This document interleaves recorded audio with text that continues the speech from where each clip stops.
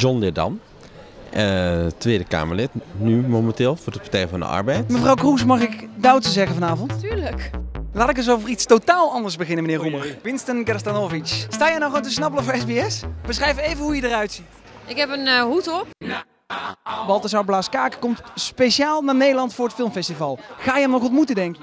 Ja, ik hoop het wel. Ik vind het heel spannend om hem te ontmoeten. Maar ik ga zo meteen, ik weet niet hoe laat hij komt, maar ik zie hem waarschijnlijk wel backstage. Wat maakt acteur Lex Uiting dan zo bijzonder wat jou betreft?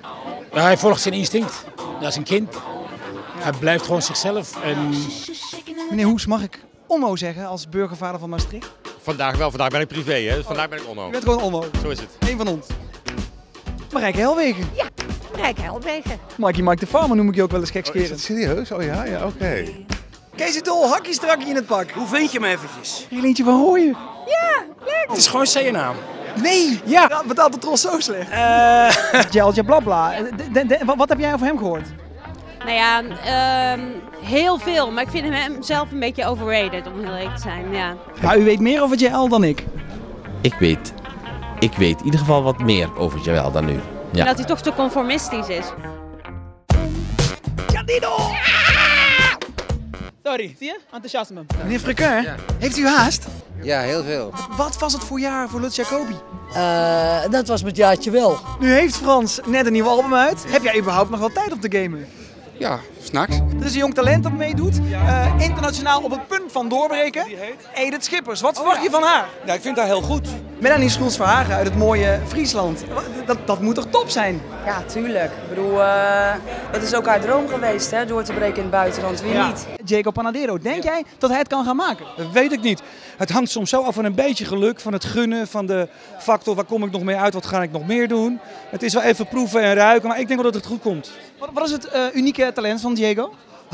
Of ga ik er nu weer in met boter en suiker?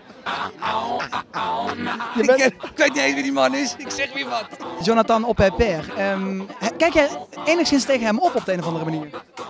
Nou ja, kijk er tegenop. Het zijn natuurlijk wel de grote jongens. Maar u ziet Balthazar en wat voor gevoel komt er dan bij u op? Ah, ik denk een mooi man. Ja. En wat maakt Balthazar Blaas-Kaken een mooie man?